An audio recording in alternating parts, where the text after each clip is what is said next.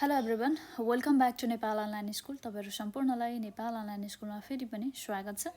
मैले तपाईँहरूलाई क्लास 8 को मोरल एजुकेसन पढाउँदै आइरहेको छु भनेदेखि आज भने मैले तपाईँहरूलाई क्लास 8 कै मोरल एजुकेसनमै रहेर चाहिँ युनिट 3 यानि कि हाम्रो युनिट 2 सम्मको हामीले पाठ सकिसकेका छौँ। लेसन 1, 2, 3 सबै सकिसकेका छ। युनिट 1 र 2 को भनेदेखि आज भने मैले तपाईँहरूलाई लेसन 3 युनिट 3 को the civic duties and responsibility भन्नुको मतलब सिभिक ड्युटिज एन्ड रेस्पोन्सिबिलिटी भनेको चाहिँ एउटा नागरिकको काम र कर्तव्यहरू हैन, काम र कर्तव्यहरू चाहिँ मैले तपाईँहरूलाई आज पढाउन जाँदैछु।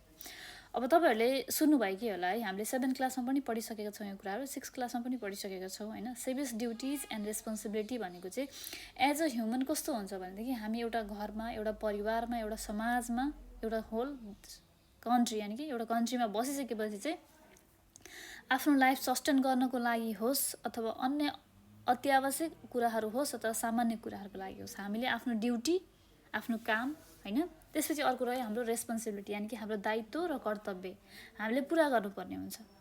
अब हाम्रो घरमा रहँदाखेरि हाम्रो आफ्नै एउटा पारिवारिक कर्म कर्तव्य हैन, हाम्रो कर्मअनुसारको हाम्रो कर्तव्य र हाम्रो कामहरू हुन्छ भनेदेखि हामी घरबाट बाहिर निक्लिसकेपछि पनि हाम्रो आफ्नै समाजको सर्टेन रुल्स एन्ड रेगुलेसन्स हुन्छ हैन, कन्ट्रीको सर्टेन रुल्स एन्ड रेगुलेसन्स हुन्छ, जुन किसिमको दायित्वहरू हुन्छ हैन, रेस्पोन्सिबिलिटीहरू भयो, यस्तो किसिमको कुराहरू चाहिँ हामीले फलोअप गर्नुपर्ने हुन्छ, जुन कुराहरू हामीले मान्नुपर्ने हुन्छ।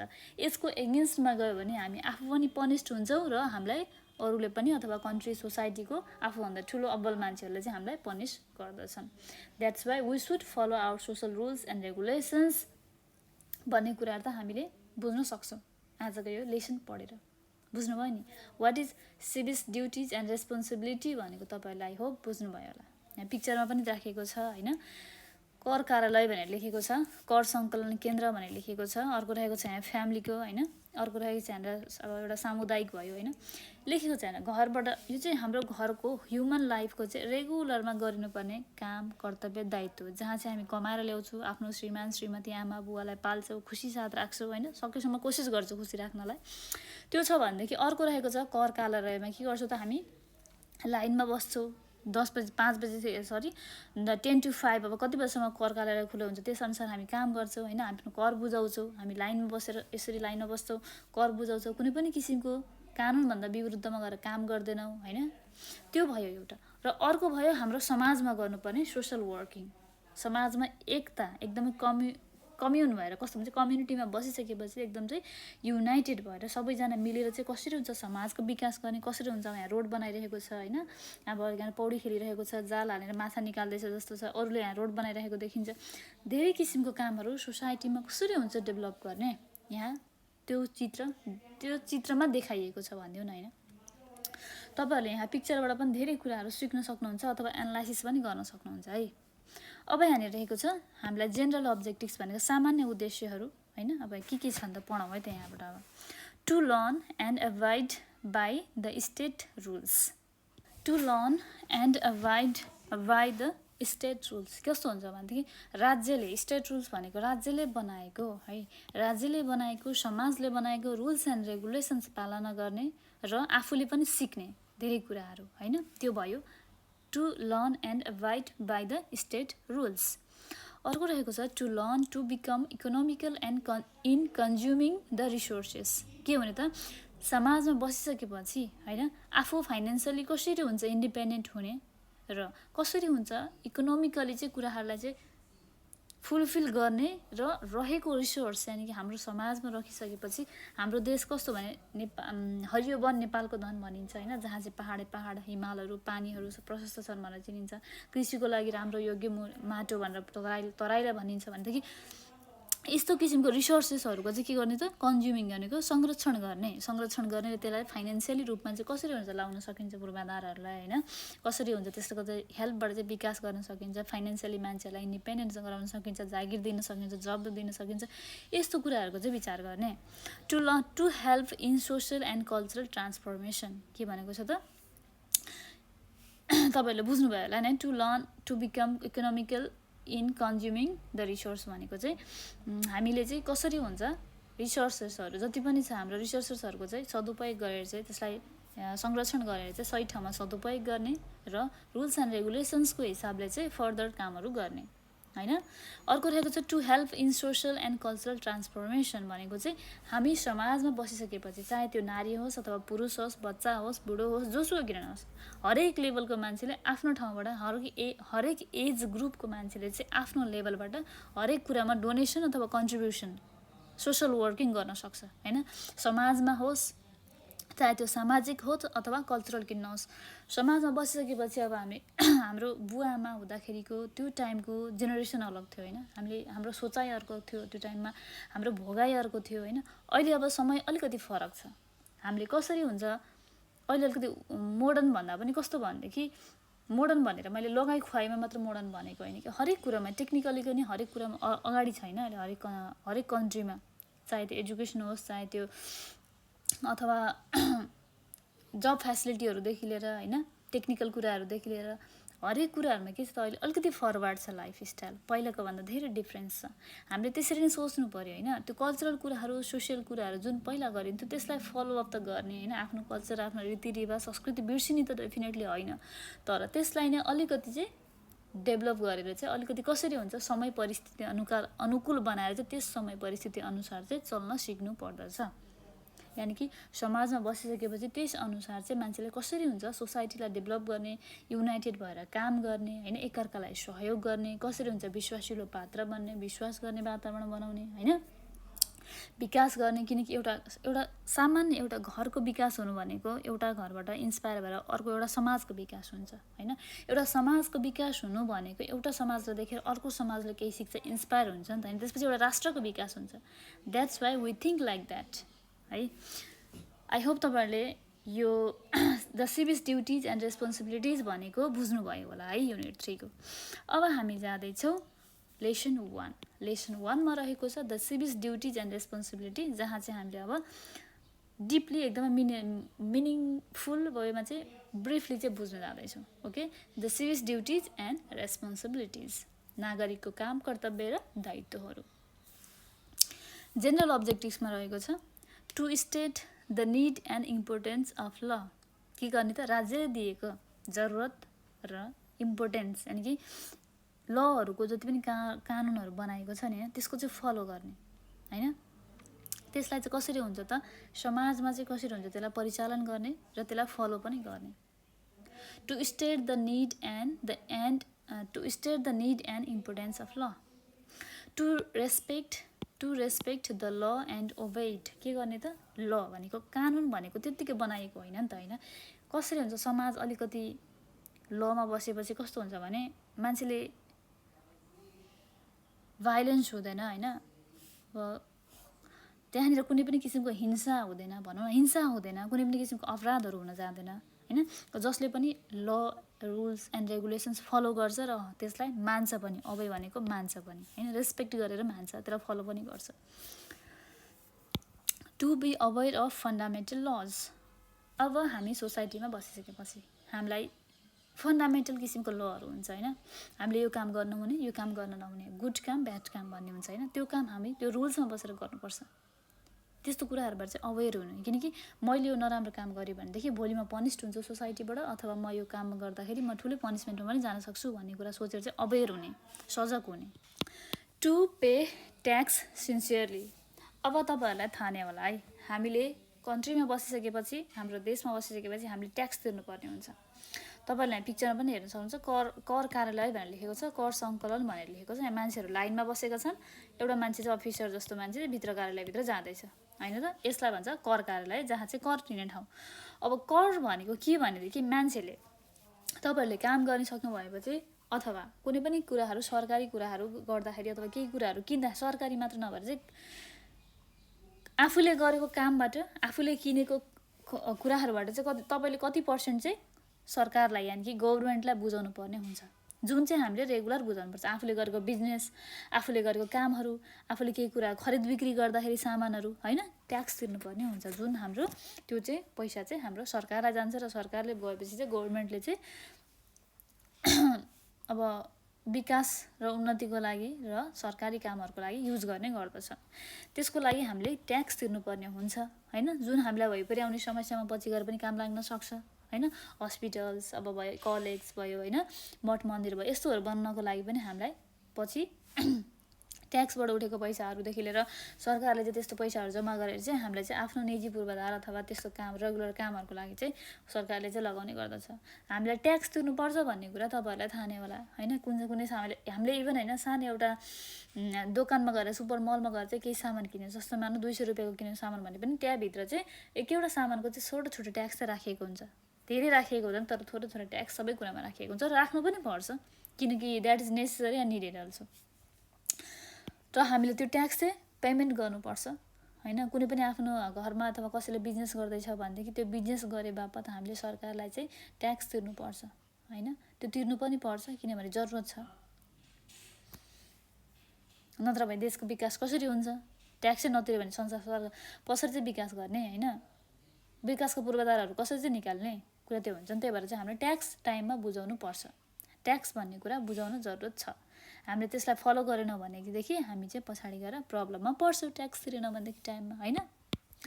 अख्तियार ल्याएर समात्छ भन्छ नि हैन, कति कामहरू बिगार्दाखेरि चाहिँ हो त्यस्तै खालको कुराहरू। To be aware of election and voting to take part in it enthusiastically. के गर्ने छ इलेक्सनको टाइममा चाहिँ के गर्ने त भोट, यानि कि तपाईँहरूलाई थाहा नै छ जहिले पनि भोट दिनको लागि चाहिँ हामीले 16 वर्ष अथवा 17 वर्ष 18 वर्ष कति पार गर्नुपर्छ भन्छ नि, मैले त्यति राम्रोसँग याद भएन अहिले। पहिला चाहिँ अब पहिला चाहिँ 18 वर्ष थियो मेरो टाइममा चाहिँ हैन। अब अहिले कति वर्ष छ, हामीले चाहिँ एउटा सर्टेन एज पार गरिसकेपछि एडल्ट भइसकेपछि चाहिँ हामीले चाहिँ भोट दिनुपर्ने हुन्छ हैन।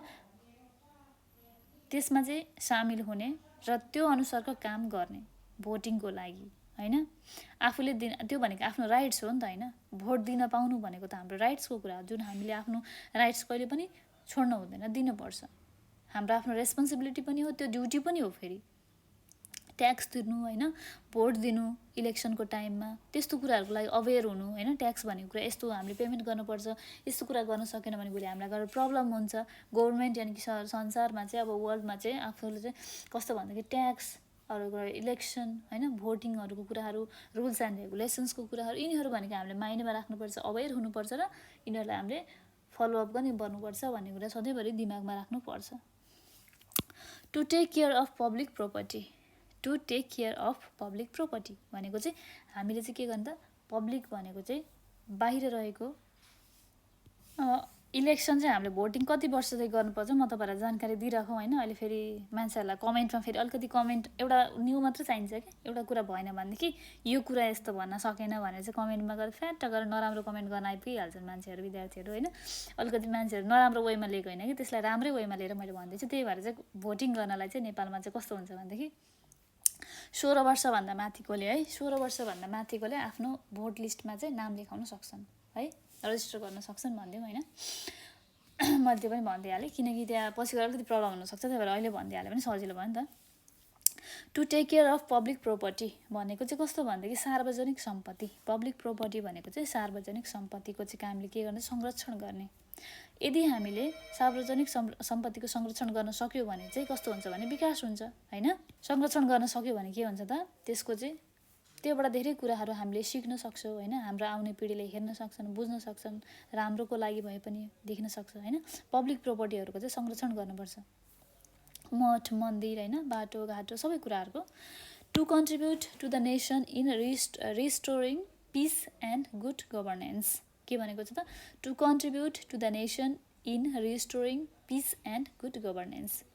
कन्ट्रिब्युट गर्ने के को लागि त, कस्तोको लागि त, नेसनको लागि। नेसनको लागि कसरी हुन्छ त, राम्रो पिस यानि कि शान्ति र सुव्यवस्थाको लागि हैन, गुड गभर्नेन्सको लागि, राम्रो राज्य निर्धारण गर्नको लागि के गर्नु त, एज अ नागरिक एज अ सिटिजन चाहिँ आफूले गर्नुपर्ने कन्ट्रिब्युसन अथवा आफूले गर्नुपर्ने दायित्व रेस्पोन्सिबिलिटी फुलफिल गर्ने भन्न खोजेको।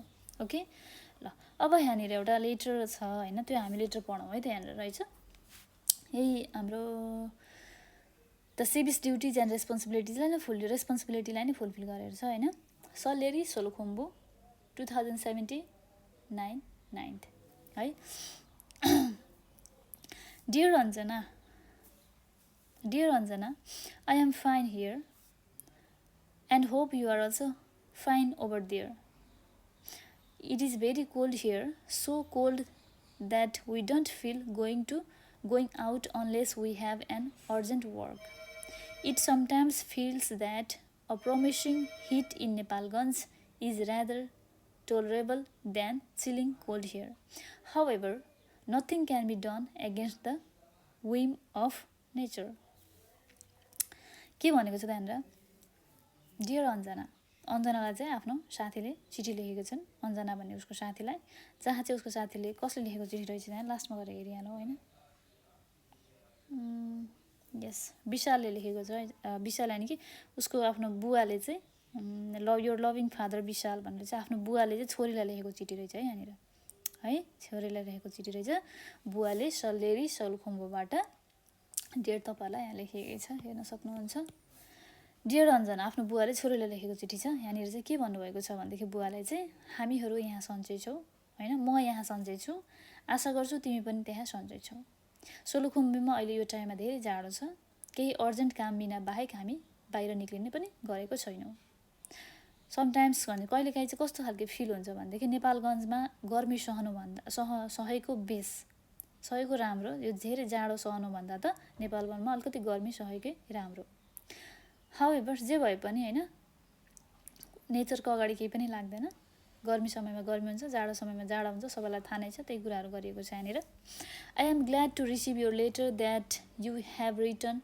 To me after a long gap मलाई एकदमै खुसी लाग्यो तिम्रो लेटर देखेर आफ्टर धेरै समयपछि यानि कि धेरै समयपछि चाहिँ तिम्रो लेटर देखेर आफ्टर धेरै ग्याप भनेको धेरै समयपछि चाहिँ लेटर देखेर चाहिँ धेरै खुसी लाग्यो I read and reread it because you have detailed everything you have achieved मैले पढेँ र मैले फेरि दोहोऱ्याएर पनि पढेँ कि जुन डिटेल चाहिँ तिमीले लेखेको थियौ के कुरा एचिभ गर्यो के कुरा पायो भनेर चाहिँ you said you had stood first in regional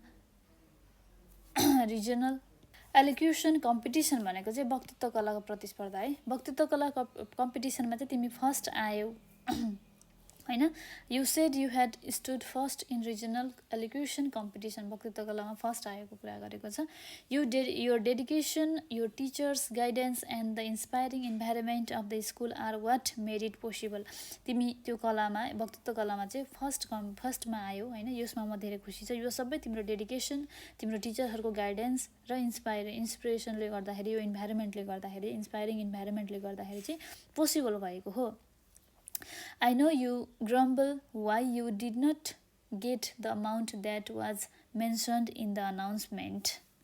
grumble भनेको चाहिँ चर्चा गर्नु भन्छ है चर्चा गर्नु भन्छ म मिनिङहरू त लास्टमा लिएर आउने छु सबैहरूको सबैजनाको यो लागि चाहिँ एउटा डिक्सनरी टाइपको एउटा मिनिङको सबै जुन फर्स्ट लेसनदेखि लास्ट लेसनसम्मको मिनिङहरू एउटा भिडियोमा ल्याउनेछु I know you grumble why you did not get the amount that was mention in the अनाउन्समेन्टमा जुन चाहिँ कम्पिटिसनमा चाहिँ यो वक्तृत्व कला कम्पिटिसनमा चाहिँ जो चाहिँ फर्स्ट हुन्छ उसले यति पैसा यति अमाउन्ट पाउनेछ भनेर जुन कुरा गरिएको थियो त्यो तिमीले नपाउँदाखेरि चाहिँ त्यो अलिकति तिमीलाई चर्चाको विषय पनि बनेको छ अलिकति गनगन टाइपको लागेको छ भन्न खोजेको छ यहाँनिर it is natural for the one who is not fully aware of rules and regulations of the country यो एकदमै नर्मल कुरा हो जसलाई चाहिँ थाहा छैन कि राम्रोसँग अवेर यानि कि ऊ सजग छैन कि कन्ट्रीको चाहिँ रुल्स एन्ड रेगुलेसन्सको बारेमा many people like you have standard in the same condition तिमी जस्तो धेरै मान्छेहरू चाहिँ तिम्रो जस्तै कन्डिसनमा छन् जसले चाहिँ आफ्नो रुल्स एन्ड रेगुलेसन्सले भनेअनुसार चाहिँ कुराहरू पाइरहेको छैनन् कन्ट्रीमा रिमेम्बर्स याद राख what you did not get was the tax and the cash in hand was yours तिमीले जुन पाएनौ त्यो ट्याक्स थियो होइन and the cash in your hand was yours तिम्रो जुन हातमा पायो त्यो तिम्रो पैसा थियो it is the citizen's duty to pay tax त्यो एउटा सिटिजनको दायित्व हो कि ट्याक्स पे गर्नुपर्छ यानि कर तिर्नुपर्ने एउटा नागरिकको दायित्व हो taxation is almost a universal system in which a certain amount from the given income is paid to the government of the country taxation भनेको चाहिँ कर तिर्नु भनेको चाहिँ संसारमा नै इच एन्ड एभ्री कन्ट्रीमा वर्ल्ड वाइड नै युनिभर्सल नै राखिएको रुल्स हो, जुन चाहिँ सबैले कमाएको पैसाबाट, आफूले कमाएको आम्दानी, आफ्नो कमाएको पैसाबाट चाहिँ अलिकति अमाउन्ट चाहिँ हामीले गभर्मेन्टलाई दिनुपर्छ, कन्ट्रीलाई कन्ट्रिब्युट गर्नुपर्छ. It results a benefit to us as well as the state. The state invest the collected amount in its development work, which cannot be imagined if we don't pay the tax to the nation. However, you are too small to understand all this. यसको बुवाले के भने त कसलाई त यस अन्जनालाई चाहिँ उसको बुवाले के भने त भनेदेखि यहाँनिर चाहिँ तिमीले त्यो जुन पैसा पाउनु थियो तिमीले त्यो पायो, जुन पैसा पाएन त्यो ट्याक्स थियो, जुन हामीले चाहिँ एउटा सिटिजनको हिसाबले ट्याक्स पे गर्नुपर्छ र इच एन्ड एभ्री कन्ट्रीमा युनिभर्सली नै अहिले ट्याक्स तिर्ने चाहिँ सिस्टम आएको छ र तिर्नु पनि पर्छ सबैजनाले. कन्ट्रीको विकास, उन्नति, प्रगति, पदोन्नतिको लागि चाहिँ ट्याक्स तिर्न जरुरत छ.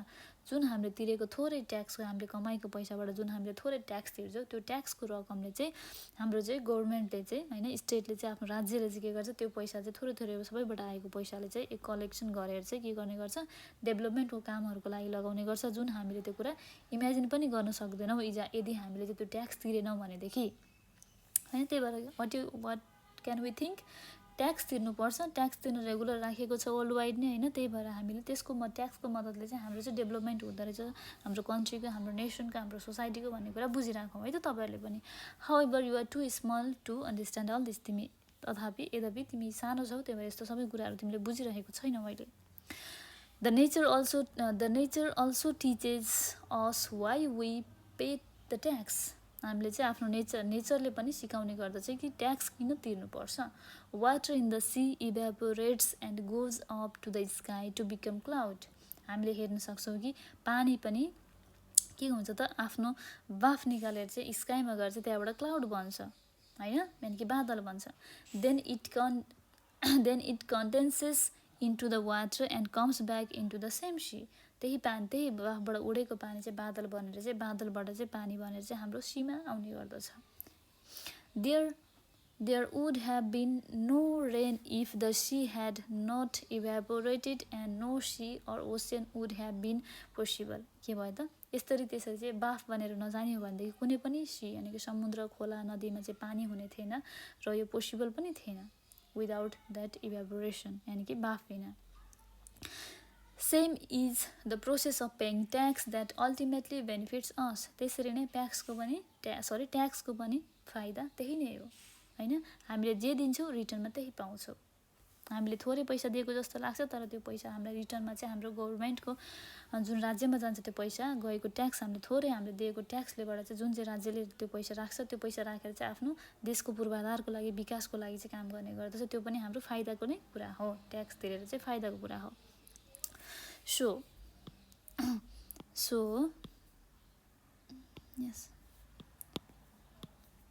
So you don't forget the fact that we will have to pay the tax for the income that you make in the day to come. It is therefore a legal responsibility of citizen to pay tax. हाम्रो चाहिँ responsibility हो as a citizen, as एउटा नागरिक भएर चाहिँ tax pay गर्नु चाहिँ हाम्रो रेस्पोन्सिबिलिटी हो होइन. हामीले कमाएको थोरै पैसाबाट चाहिँ हामीले ट्याक्स तिर्नु पनि पर्छ र त्यो हाम्रो दायित्व पनि हो. You had better not to grumble on what you have paid and think instead that you have done two good job. One, you perform legal responsibility, and other, you contribute for the betterment of country itself. तिमीले गरेको चाहिँ जुन tax छ त्यो तिमीले तिर्नुपर्ने थियो र तिमीले तिर्यौ, तिम्रो दायित्व हो, त्यो यसको लागि गुड जब गर्यौ होइन, राम्रो काम गर्यौ. तर त्यसको बावजुद पनि तिमीले दुईटा काम राम्रो गर्यौ. त्यो दुईटा काम छ तिमीले के गर्यौ त भनेदेखि रिगल यानि कि आफ्नो जुन कानुनी हिसाबमा जुन पनि तिम्रो दायित्व थियो तिमीले त्यो ट्याक्स तिरेर त्यो आफ्नो दायित्व पुरा गर्यौ र राम्रो कामको लागि चाहिँ जुन कन्ट्रिब्युसन गर्यौ होइन, कन्ट्रीको लागि नै कन्ट्रिब्युट गर्यो. कन्ट्रिब्युट भनेको योगदान दियो होइन, त्यो पनि एउटा इटसेल्फमै एउटा ग्रेट काम हो. दुईटा काम भनेको छ. A country cannot run without ल. कुनै पनि देश ल यानि कि कानुन, रुल्स एन्ड रेगुलेसन्स बिना चल्न सक्दैन होइन. Therefore it has to pass law and enforce it for good governance, राम्रो सरकारको लागि, राम्रो राज्य बनाउनको लागि चाहिँ रुल्स एन्ड रेगुलेसन्स पास हुनुपर्छ र चाहिन्छ पनि। Like a house which does not run without certain rules and regulations, the country obviously cannot run without laws. जसरी घरमा चाहिँ छुट्टै किसिमको रुल्स एन्ड रेगुलेसन्स हुन्छ, जस्तै घरमा बसिसकेपछि यो काम गर्न नहुने, यो काम गर्न हुने, यस्तो कुरा गर्न हुँदैन, यस्तो कुरा गर्नुपर्छ, यस्तो पहिरन लाउनुपर्छ, यस्तो पहिरन छुट्टै किसिमको रुल्स एन्ड रेगुलेसन्स हुन्छ नि त होइन। घरभित्र त हुन्छ भनेदेखि अफकोर्स सोसाइटी कन्ट्रीमा त हुन जरुरत छ, जुन रुल्स एन्ड रेगुलेसन्स बिना चाहिँ कन्ट्री डेभलप हुनको लागि, राम्रोसँग चल्नको लागि पोसिबल छैन। त्यसकारण we need law, rules and regulations. We feel secured with their protection, हामी त्यो रुल्स एन्ड रेगुलेसनबाट भएको प्रोटेक्सनले हामी सेफ हुन्छौँ, सेक्योर हुन्छौँ होइन, सुरक्षित हुन्छौँ। A law keeps dual power, it confines us if we defy it and gives us freedom if we follow the path it has directed to us. Remember that the law never misleads us. यति कुरा सधैँभरि याद गर कि राम्रो तरिकाले राम्रो कामको लागि रुल्स एन्ड रेगुलेसन्स फलो गरेर हिँडेको फ्रिडम होस् चाहे जेसुकै होस्, त्यसले कहिले पनि हामीलाई बेफाइदा गर्दैन। तर हामीले रुल्स एन्ड रेगुलेसन्स फलो गरेर हिँड्यो भनेदेखि त्यसले हामीलाई कहिले पनि मिसलिड यानि कि गलत बाटोमा लैजाँदैन, सधैँभरि राम्रो पाथमा यानि कि राम्रो बाटोमा लैजाने काम गर्दछ है त। Law vary according to the situation of a country. Law vary according to the situation of a country. The variation depends upon the behavioral pattern of the people living in a country, and it depends upon the government system. For example, a country undergoing conflict may require relatively strict law. Therefore, it will be beneficial for a citizen to be aware of fundamental law of his or her country. It will also grant his or her rights. यहाँनिर के भनेको छ त, कन्ट्रीमा चाहिँ छुट्टै किसिमको rules and regulations हुन्छ, ल हुन्छ यानि कि कानुन हुन्छ होइन। त्यहाँ चाहिँ कस्तो हुन्छ भने सिचुएसन हेरेर हुन्छ। अब कुनै पनि कस्तो भनेदेखि आफ्नो it depends upon the behaviour pattern होइन। अब मान्छेहरूको लाइफस्टाइल भन्दा पनि कस्तो भनेदेखि समाजमा अथवा कन्ट्रीमा बसिसकेपछि कस्तो कुनै पनि कन्फ्लिक्टको टाइममा, वारको टाइममा भयो होइन, कुनै पनि द्वन्द्वको टाइममा भयो, कुनै पनि प्रब्लम भएको टाइममा हो, त्यस्तो सिचुएसनमा चाहिँ गभर्मेन्टको छुट्टै किसिमको सिस्टम हुन्छ, छुट्टै किसिमको र हुन्छ, त्यो चाहिन्छ पनि होइन र स्ट्रिक्ट हुन्छ। त्यो हाम्रै फाइदाको लागि हो। ल, रुल्स एन्ड रेगुलेसन्स भनेको अलिकति स्ट्रिक्ट किसिमको हुन्छ त्यो टाइममा होइन, त्यो सिचुएसन हेरेर हुन्छ होइन। त्यो रुल्स एन्ड रेगुलेसन चाहिन्छ पनि हाम्रो आफ्नो लागि फाइदाजनक हो, बेनिफिसियल भनेको फाइदाको लागि हो, सिटिजनको लागि, जसको लागि चाहिँ हामीले चाहिँ त्यो फन्डामेन्टल लहरू चाहिँ हुन्छ नि, सामान्य कानुनहरू चाहिँ हामीलाई जान्न पनि जरुरत छ र बुझ्न पनि जरुरत छ, त्यस्तोबाट सजग पनि रहनुपर्छ है। हाम्रो राइट्सकै लागि हो त्यो सबै कुराहरू, हाम्रो आफ्नै अधिकारको लागि हो। Law is considered as an organ of the state. हामीले जस्तै 5 सेन्स अर्ग्यान भन्छौँ नि होइन, 5 सेन्स अर्ग्यान्स भने जस्तै चाहिँ ल पनि स्टेट यानि कि गभर्मेन्टको चाहिँ एउटा अर्ग्यान हो, जुन चाहिँ एकदमै इम्पोर्टेन्ट हुन्छ। The state goes lame if it has a deficient organ or has no organ at all. हामीलाई चाहिँ स्टेट यानि कि आफ्नो कन्ट्री, आफ्नो राज्यमा चाहिँ के हुन्छ भनेदेखि यदि हामीले त्यो किसिमको अर्ग्यान भएन भने, हाम्रो जस्तै हाम्रो शरीरमा 5 अर्ग्यान भएन भने कस्तो हुन्छ, हामी ह्युमनै हुँदैन होइन, सेन्सलेस युजलेस हुन्छौँ हामी। त्यसरी नै स्टेटमा पनि त्यो ल चाहिँ हुन जरुरत छ, यो ल अर्ग्यान्स चाहिँ हुन जरुरत छ है। भएन भनेदेखि के हुन्छ त, अर्ग्यान्स भएन भनेदेखि स्टेटमा यानि कि राज्यमा के हुन्छ, लुलो लङ्गडो अपाङ्ग हुन्छ नि होइन, लङ्गडो किसिमको हुन्छ, अपाङ्ग किसिमको हुन्छ, कमी भएको कुराहरू होइन, कमी हुन्छ सोसाइटीमा चाहिँ हरेक कुराहरूको। That is why a country must have law. त्यस कारण चाहिँ कन्ट्रीमा चाहिँ ल हुन जरुरत छ, किनकि विदाउट कन्ट्री, विदाउट अर्ग्यान्स चाहिँ हुन्छ नि। जस्तै लुलो लङ्गडो हामी 5 अर्ग्यान्स भएन भने कसरी लुलो लङ्गडो हुन्छ होइन, कुनै पनि किसिमको हाम्रो ह्युमन बडीमा सेन्स हुँदैन भनेदेखि त्यसरी नै कन्ट्रीमा पनि अर्ग्यान्स हुन जरुरत छ। अर्ग्यान्स भनेको चाहिँ ल भनेर भनिन्छ। त्यो भएन भनेदेखि चाहिँ हामी चाहिँ हाम्रो चाहिँ कन्ट्रीमा पनि कमी कमजोरी आउँछ र लङ्गडो जस्तै हुन्छ। Fellow that's why we need the law. त्यही चाहिँ हामीलाई ल होइन कि कानुन हुन जरुरत छ हाम्रो कन्ट्रीमा। Fellow citizens must be aware of it and should implement it. Fellow citizens भनेको चाहिँ आफ्नो कन्ट्रीमा आउने टुरिस्ट होस् अथवा होइन फरेनर्स होस्, जसुकैको मान्छेहरू पनि आयो भनेदेखि उनीहरूलाई पनि यो सबै कुराहरू चाहिँ अवेर हुन जरुरत छ रुल्स एन्ड रेगुलेसन्सको बारे। जस्तै म कुनै कन्ट्रीमा जाँदैछु भनेदेखि त्यो कन्ट्रीको रुल्स एन्ड रेगुलेसनबाट अवेर हुन म जरुरत छ र मैले त्यो आफ्नो डेली लाइफमा इम्प्लिमेन्ट पनि गर्नुपर्छ रुल्स एन्ड रेगुलेसन्स। त्यसरी नै कोही मान्छे हाम्रो कन्ट्री नेपालमा आउँछ भनेदेखि हाम्रो कन्ट्रीको रुल्स एन्ड रेगुलेसन्सलाई फलो अप गर्न जरुरत छ हैन, अवेर हुन पनि जरुरत छ र इम्प्लिमेन्ट पनि उसले गर्नुपर्छ। फलो गरेन भने ऊ पनि पनिस्ड हुन्छ हैन त। ल त्यसरी नै a country undergoes periodical election that nominate candidates. कन्ट्रीमा चाहिँ के हुन्छ त, एउटा इलेक्सनको टाइम आउँछ जहाँ चाहिँ नोमिनेट हुन्छ क्यान्डिडेट्सहरू हैन, मान्छेहरू। It is our vote that determines their victory or their defeat if we vote for the right candidate. We will do good to everyone but our wrong choice will cost to everyone adversely. के भनेको छ त यहाँनिर, कन्ट्रीमा चाहिँ यहाँनिर हेर्न सक्नुहुन्छ पिक्चरमा छ, कन्ट्रीमा चाहिँ के हुन्छ त, एउटा समय आउँछ जहाँ चाहिँ हामीलाई इलेक्सनको टाइम यानि कि भोटको टाइम आउँछ जहाँ चाहिँ हामीले नेताहरू छानेर चाहिँ हामीले चिनाएर चाहिँ उनीहरूलाई चाहिँ भोट दिएर चाहिँ जिताउनु पर्ने हुन्छ र हामीले सही मान्छेलाई सही क्यान्डिडेटलाई भोट दियो भनेदेखि के हुन्छ, राम्रो हुन्छ, देशको प्रगति उन्नति, रुल्स एन्ड रेगुलेसन अझै राम्रो हुँदै जान्छ, स्ट्रिक्ट हुन्छ, सबैले कानुनहरू फलो गर्छ मान्छेले हैन, देशको विकास उन्नति पदोन्नति हुन्छ भनेदेखि हामीले रङ मान्छेले छान्यो भनेदेखि हामीले एउटाले दिएको गलत भोटले गर्दाखेरि चाहिँ सम्पूर्ण मान्छेले पुरै सिटिजनले चाहिँ भोग्नुपर्छ। Law has given us the right to choose the right candidate. हामीलाई कानुनले दिएको छ राइट्स कि अधिकार दिएको छ कि हामीले सही मान्छे छान्नको लागि इलेक्सनमा।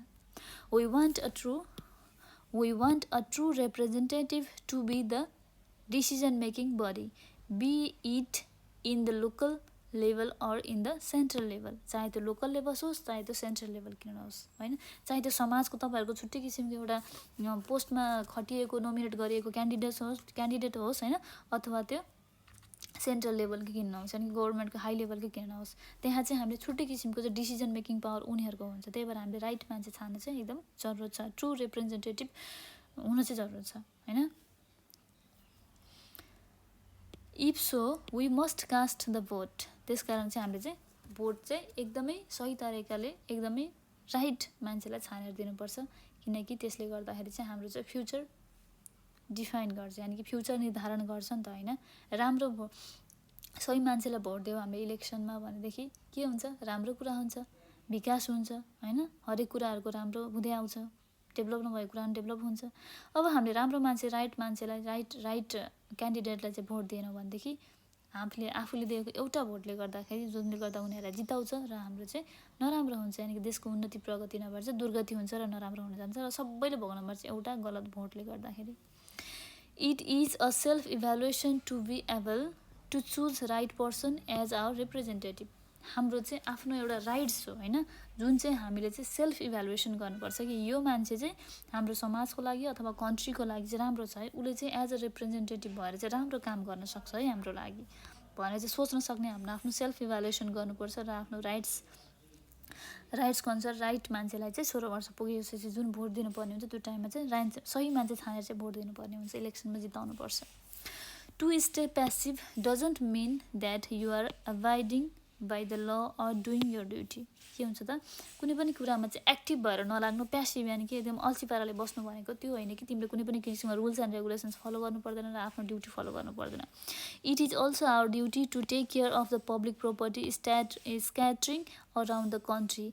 It is our duty to protect and preserve the historical as well as religious places in and around the locality. Sometimes there can be crime in the society and a criminal can take shelter there.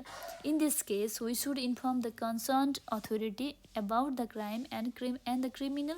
It is our legal responsibility. अब के भनेको छ त यहाँनिर, समाजमा बसिसकेपछि हैन कुनै पनि किसिम एक्टिभ भएर नलागेर चाहिँ प्यासिभ भएर नि अल्छी पाराले चाहिँ मैले किन गर्नु पर्यो, this is not my responsibility, this is not my duty, अरूले गरिहाल्छन् नि, जुन मान्छेहरूलाई जुन कामको लागि खटाइएको छ उनीहरूले काम गरिहाल्छ नि। जस्तै एक्जाम्पलको लागि मानौँ हैन, हाम्रो सराउन्डिङमा चाहिँ फोहोर छ, अब त्यो सराउन्डिङको फोहोर चाहिँ गाउँ विकास समितिले चाहिँ उनीहरूले आएर सफा गर्नुपर्छ भनेर चाहिँ हामीले सोचेर बस्ने, हामी किन सफा गर्ने, हामी मठ मन्दिर किन सफा गर्ने हैन, हामी किन आफ्नो सराउन्डिङमा हेर्ने, उनीहरूको काम उनीहरूले गर्छ, उनीहरूले पैसा खाएको छ, हामी किन गर्ने भनेर त्यसरी सोच्न हुँदैन। आफ्नो पब्लिक प्रोपर्टी यानि कि सार्वजनिक सम्पत्तिको त जगेर्ना गर्नुपर्छ, यानि कि संरक्षण गर्नुपर्छ, त्यसलाई कसरी हुन्छ सफा राख्ने, राम्रो गर्ने र त्यसलाई अझै कसरी हुन्छ अझै हिस्टोरिकल बनाउनको लागि कस्तो खाले काम गर्नुपर्छ भनेर रिलिजियस हिस्टोरिकल सामानहरूको चाहिँ वस्तुहरूको अथवा कुराहरूको चाहिँ प्रिजर्भ गर्नुपर्छ, सुरक्षा गर्नुपर्छ, प्रोटेक्ट गर्नुपर्छ, अझै बढी कसरी हुन्छ डेभलप गर्नपट्टि सोच्नुपर्छ। यदि होइन आफ्नो सोसाइटीमा बसिसकेपछि क्राइम हुन्छ कुनै बेलामा, होइन कुनै बेला नराम्रो कामहरू हुन्छ, हरेक समाजमा बसेको सबै मान्छे राम्रै हुन्छ भने त हुँदैन नि त, होइन कुनै बेला हाम्रो फ्यामिलीमा पनि नराम्रो मान्छे भइदिन्छ, होइन हामीलाई थाहा हुँदैन। त्यसरी नै बाहिर पनि सोसाइटीमा धेरै किसिमको राम्रो मान्छे र नराम्रो मान्छे पनि हुन्छन्। जो नराम्रो मान्छेहरू चाहिँ क्राइम गर्न पुग्छ र त्यस्तो क्राइमलाई चाहिँ हामीले चाहिँ सेल्टर, त्यस्तो मान्छे क्रिमिनलहरू यानि कि त्यस्तो गैर कानुनी काम गर्ने मान्छेहरूलाई आफूले सेल्टर नदिने घरमा, होइन अब आश्वासन वास नदिने त्यस्तो मान्छेहरूलाई, ताकि जुन अथोराइज्ड यानि कि आधिकारिक रूपमा चाहिँ त्यस्तो ठाउँमा क्राइम ब्युरोहरूमा गएर भन्ने, होइन यस्तो काम गरेको छ यसरी गर्न हुँदैन है भनेर लिगल रेस्पोन्सिबिलिटीहरू चाहिँ आफूले फुलफिल गर्नुपर्छ एज अ सिटिजन। नराम्रो काम गरेको मान्छेलाई चाहिँ पनिसमेन्ट गराउनको लागि चाहिँ एज अ सिटिजन चाहिँ अथोराइज ठाउँमा गएर चाहिँ हामीले चाहिँ आफ्नो कुराहरू राख्नुपर्छ, भन्नुपर्छ। क्राइमको लागि चाहिँ अगाडि बढ्नुपर्छ, त्यस्तो क्राइम गरेको मान्छेहरूलाई पनिस गर्नको लागि। तर आफूले पनिसमेन्ट दिने होइन कि जुन अथोराइज्ड ठाउँ छ, अथोराइज्ड पर्सन छ उनीहरूले दिने गर्दछन्। Constitutional body consist of the representatives whom we have chosen through voting. संवैधानिक निकाय यानि कि कन्स्टिट्युसन बडी भनेको संवैधानिक निकाय है। संवैधानिक निकायको लागि चाहिँ जुन पनि किसिमको चाहिँ कस्तो भनेदेखि कन्सिस्ट भनेको चाहिँ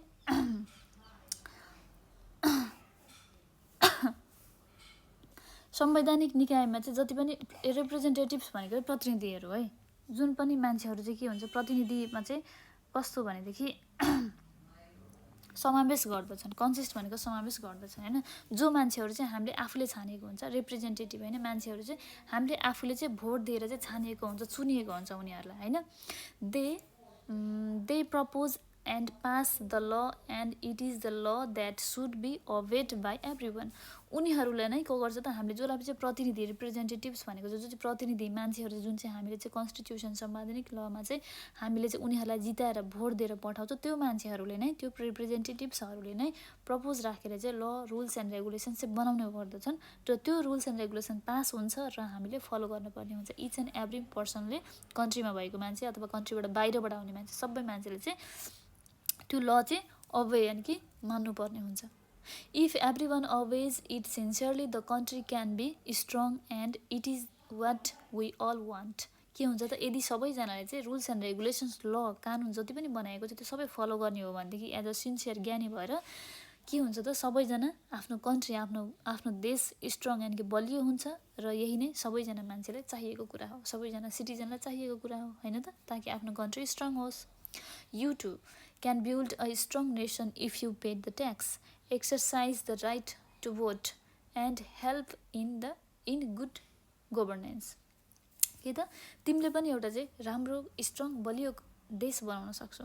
कसरी भनेदेखि यदि तिमीले समयमा ट्याक्स पे गर्यौ यानि कर तिर्यौ, होइन आफूले गर्नुपर्ने अथवा आफूले राइट मान्छेलाई राइट समयमा यो मान्छेलाई यो रिप्रेजेन्टेटिभलाई चाहिँ भोट दिनुपर्छ है भनेर त्यसो अनुसार चाहिँ आफ्नो दिमागलाई एक्सर्साइज गराउने, होइन सही ठाउँमा भोट दिने, ताकि एउटा भोटले पनि धेरै कुराहरू गर्छ, होइन किनकि एउटा भोटले गर्दा एउटा मान्छे सही मान्छेलाई हराउँछ भनेदेखि एउटा भोटले गलत मान्छेलाई जिताइरहेको हुन्छ। त्यही भएर तपाईँको भोट एकदमै धेरै म्याटर गर्छ। अनि त्यसपछि के गर्नु त गभर्मेन्टलाई कसरी हुन्छ त हेल्प गर्ने, आफ्नो सोसल वर्किङहरू कन्ट्रिब्युट गरेर पनि आफ्नो कन्ट्रीलाई चाहिँ इजिली चाहिँ कस्तो भन्दा स्ट्रङ बनाउन सकिन्छ। इभन एउटा 1 चाहिँ यानि कि इभन तिमीले पनि भन्न खोजेको छ यहाँनिर आफ्नो बाबालाई छोरीलाई लेखेको छ, छोरी टेल योर, लास्टमा चाहिँ छोरी नै भनेर यहाँनिर के अरे अब सम्बोधन गरेको छ, होइन छोरी tell your classmates what I have return to you. तिम्रो आफ्नो क्लासमेट्सलाई पनि आफ्नो साथीहरूलाई पनि सुनाउनु जुन मैले चिठीमा लेखेको छु तिम्रो लागि। For sharing becomes fruitful to both speaker and listener. Sharing भनेको चाहिँ कुराहरू सेयर गर्नु, आफ्नो कुराहरू होइन आफूले पाएको ज्ञानको कुराहरू हरेक कुराहरू सेयर गर्नु भने पनि सुन्नु र भन्नु दुवैजना मान्छेलाई पनि फाइदाजनक हो, होइन। It will explain to you more about it when you come home on the vacation. By the way, excel your academics and keep on writing to me.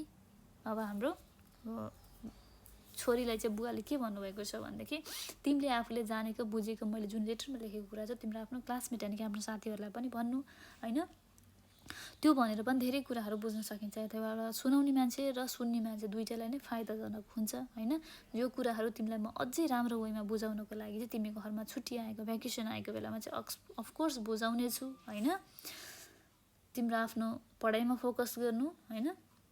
Look after your academics होइन। आफ्नो पढाइको लेभललाई अझै बढाउनु, अझै राम्रो पढ्नु। अनि मलाई चिठी लेख्दै गर्नु है छोरी भनेर चाहिँ एउटा बाबाले चाहिँ आफ्नो छोरीलाई चाहिँ भनेको छ। Hoping to get a reply, आशा गर्दछु तिम्रो रिप्लाई आउनेछ, मलाई रिप्लाई गर्नेछौ। यो लभिङ फादर विशाल, तिम्रो प्यारो बुवा विशाल। आफ्नो बुवा विशाल भन्ने मान्छेले चाहिँ यहाँ चाहिँ आफ्नो छोरी चाहिँ कसलाई त, यस अञ्जनालाई लेखेको लेटर रहेछ सोधोखुम्बी सल्लेरीबाट। ओके ल, आई होप तपाईँहरूले बुझ्नुभयो होला यो कुराहरू त। अब यहाँनिर समरीमा छ, समरी अलिकति हेरौँ है त हामी यहाँनिर। समरीमा रहेको छ, state needs various laws for its good governance and thus formulates a code of laws and enforces them. के हुन्छ त, एउटा कन्ट्री, एउटा स्टेट, एउटा गभर्मेन्टमा चाहिँ छुट्टै किसिमको एकदम राम्रो किसिमको चाहिँ लज, रुल्स एन्ड रेगुलेसन्स र गुड गभर्नेन्स हुनु चाहिँ एकदमै जरुरत छ। त रुलहरू चाहिँ फुलफिल हुन अथवा फर्मुलेट्स हुन पनि जरुरत छ, जसले गर्दा चाहिँ कन्ट्रीलाई चाहिँ राम्रो बनाउने गर्दछ र विकासको बाटोतर्फ लाने गर्दछ। It is the citizen's duty to respect them and follow them too. एउटा सिटिजन, एउटा नागरिकको दायित्व हो कि भएको रुल्स एन्ड रेगुलेसन्सलाई फलो गर्ने र त्यसलाई चाहिँ कसरी हुन्छ मान्ने र रेस्पेक्ट पनि गर्ने। Laws grant the right and security to the citizen and empowers citizens and empower the state. लजले चाहिँ के गर्छ त, सही किसिमको सेक्युरिटी दिने गर्छ कसलाई त, सिटिजन यानि कि नागरिकहरूलाई होइन। र कानुनी रूपमा भन्नुपर्दाखेरि जति पनि फाइदाहरू चाहिँ जति पनि रुल्स एन्ड रेगुलेसन्सहरू फलो गर्छ सिटिजनले, त्यसले फाइदा सिटिजन्सलाई नै हुने गर्दछ र स्टेटलाई पनि के गर्छ, पावर मिल्छ, ताकत मिल्छ र त्यसलाई पनि डेभलपमेन्टको लागि त्यो कुराहरूले गर्दाखेरि फाइदाजनक हुन्छ र कन्ट्री पनि बलियो हुन्छ। एउटा सिटिजनले रुल्स एन्ड रेगुलेसन्स फलो गर्नु, ट्याक्स पेमेन्ट टाइममा गर्नु होइन, सही मान्छेलाई सही तरिकाले भोट दिनु, कन्ट्रिब्युट गर्नु भनेको पनि एउटा स्टेट स्ट्रङ बनाउनुपट्टि सहयोग गर्नु हो नि त भन्न खोजेको।